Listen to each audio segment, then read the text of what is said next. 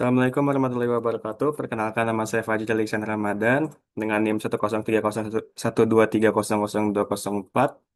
Di sini saya akan mempresentasikan infografis manajemen proyek TIK yang memiliki beberapa poin yaitu apa itu manajemen proyek TIK, karakteristik proyek dan perbedaannya dengan operasional, lalu jenis organisasi proyek, lalu proses manajemen proyek, sertifikasi yang bisa diambil, tools dalam manajemen proyek, dan website informasi proyek. Eh, Sekarang mungkin bisa langsung masuk ke poin pertama yaitu apa itu manajemen proyek. Manajemen proyek TIK atau Teknologi Informasi dan Komunikasi adalah proses perencanaan, pengorganisasian, pelaksanaan, dan pengendalian sumber daya untuk mencapai tujuan proyek yang berkaitan dengan teknologi, seperti pengembangan aplikasi, jaringan komputer, sistem informasi, atau infrastruktur digital. Lalu untuk poin yang kedua yaitu karakteristik proyek dan perbedaannya dengan operasional. Proyek ini bersifat sementara. Ia ia memiliki awal dan akhir yang jelas, serta menghasilkan hasil unik seperti produk atau sistem baru. Untuk kegiatan operasional bersifat berulang dan berkelanjutan, bertujuan untuk menjaga stabilitas kegiatan rutin. Contohnya itu apabila untuk proyek kita bisa kayak membuat e-commerce yang mempunyai hasil akhir. Sedangkan untuk kegiatan operasional tuh contohnya seperti menjaga server atau maintenance sebuah aplikasi yang bersifat berulang dan berkelanjutan. Lalu untuk poin yang ketiga yaitu jenis organisasi proyek. Ada tiga jenis yaitu fungsional, projectize, dan matrix. Untuk fungsional sendiri itu tim bekerja di bawah struktur departemen seperti TI, keuangan, atau HR. Lalu PM memiliki kekuasaan terbatas. Yang kedua ada projectize. Ini tim difokuskan penuh pada proyek. Lalu project manager memiliki kekuasaan penuh atas sumber daya dan keputusan.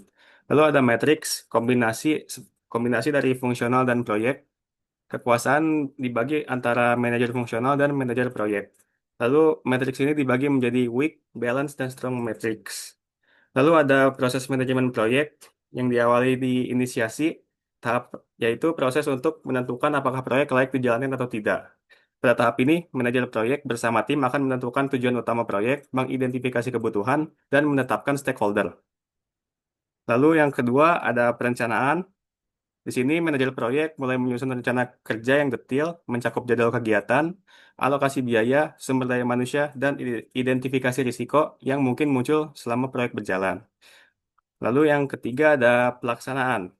Di di di proses ini, tim mulai bekerja sesuai tugas masing-masing dan manajer proyek berperan aktif dalam mengkoordinasi tim, lalu mengelola komunikasi, serta memastikan semua aktivitas berjalan sesuai rencana.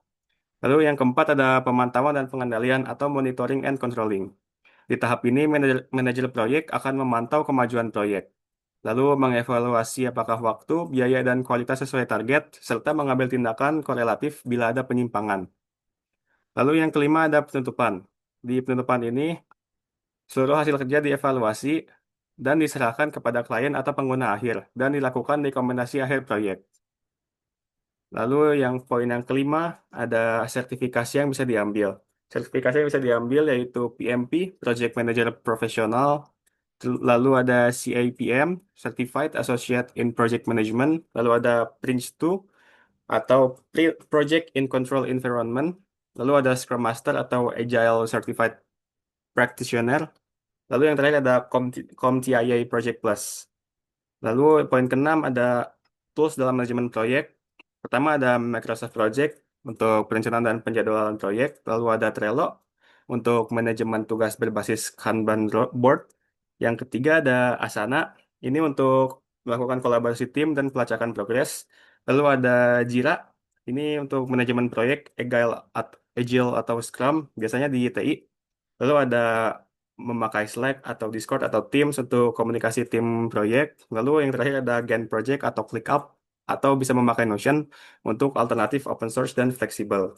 Dan yang poin yang terakhir yaitu untuk website informasi proyek ada ini www.pmi.org untuk Project Management Institute. Lalu ada website Prince2 dan ITIL Frameworks. Yang ketiga ada sertifikat ada website sertifikasi Scrum. Yang keempat ada website artikel dan tips manajemen. Dan yang kelima dan enam ini untuk tutorial dan template dan contoh Gantt chart dan tool kolaborasi. Mungkin sekian dari presentasi saya. Mohon maaf apabila ada kesalahan. Wassalamualaikum warahmatullahi wabarakatuh.